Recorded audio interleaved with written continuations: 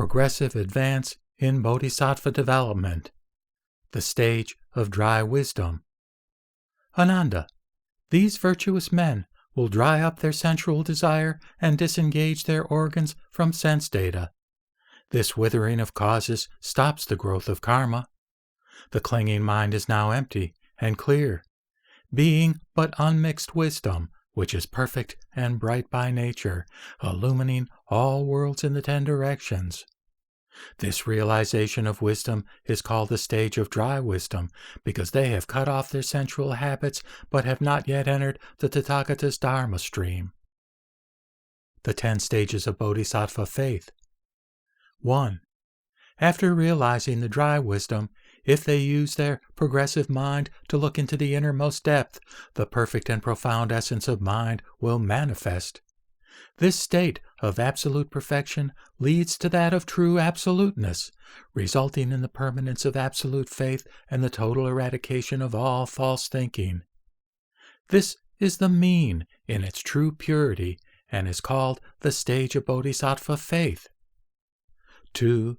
Their faith, thus genuinely achieved, ensures their complete understanding, which is no more hindered by the 5 aggregates, 12 entrances or ayatana, and 18 fields of senses or dhatu, and thereby embrace the past, present, and future. Thus are exposed the vicious habits, which led to their countless incarnations in the past, the smallest details of which they can now remember.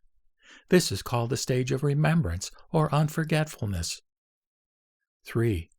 This absolute perfection in its purity causes the essential wisdom to turn all vicious habits, contracted since the time without beginning, into one bright essence, which continues to advance toward the real and the pure. This is called the stage of zealous progress. 4. The essence of mind which now manifests is the wisdom that destroys the darkness of ignorance. This is called the stage of wisdom. 5. This bright wisdom now shines upon its own substance in stillness and profundity, thus ensuring the permanent union of function and substance. This is called the stage of dhyana. 6. The light of dhyana becomes brighter. It is now more penetrating and prevents all backsliding. This is called the stage of non-retrogression. 7. The mind, now advancing smoothly, preserves all previous achievements and is aware of all Tathagatas in the 10 directions. This is the stage of protection of the Dharma. 8. The brightness of wisdom, thus preserved and strengthened, can now, by means of its transcendental power, reflect the light of the Buddha's compassion, and thereby abide within his body, like 2 bright mirrors facing and reflecting each other to infinity.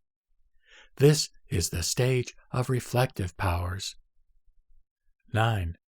The light of the mind then turns inwards and unites forever with the unsurpassed absolute purity of the inner Buddha, thereby resting in the non-retrogressive state of transcendental non-activity, or wu-wei. This is called the stage of unshaken discipline, or sila. And 10. A great comfort derives from this rest in discipline, which enables the mind to roam at will anywhere in the 10 directions. This is called the stage of the mind of high resolve. The 10 practical stages of Bodhisattva wisdom. 1.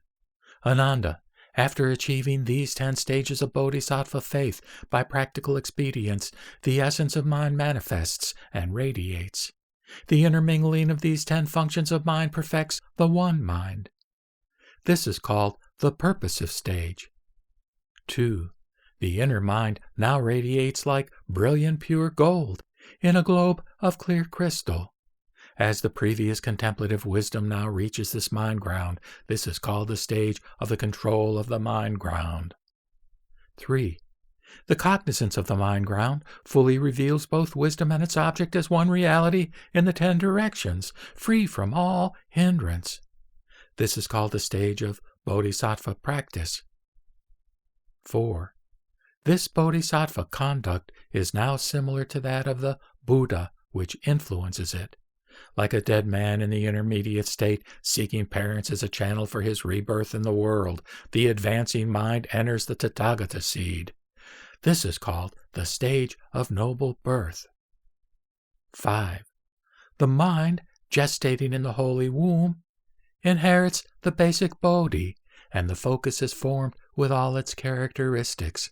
This is called the stage of all in readiness for enlightenment. 6. Both form and mind are identical with those of the Buddha. This is called the stage of true mind. 7. The integration of body and mind becomes firmer with the passing of time. This is called the stage of non-retrogression. 8. The fetus is now complete with the 10 aspects of the Buddha body.